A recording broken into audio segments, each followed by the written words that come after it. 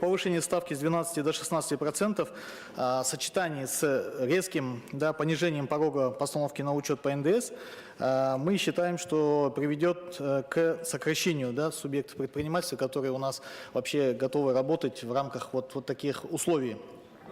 Для правительства, конечно, видится логичным устранить дефицит бюджета за счет увеличения налогового бремени, но мы считаем, что оно приведет прямо к противоположным результатам.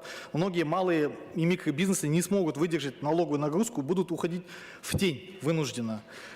Пойдет неминуемый рост цен, и при этом, благодаря расхожему мнению, что методологически налог на добавленную стоимость является налогом на потребление, фактически многие субъекты предпринимательства в конкурентной борьбе, пытаясь удержать цену, будут закладывать этот НДС за счет своей прибыли. И в этот момент, конечно же, мы можем получить угнетение предпринимательской инициативы, в целом ухудшение бизнес-климата.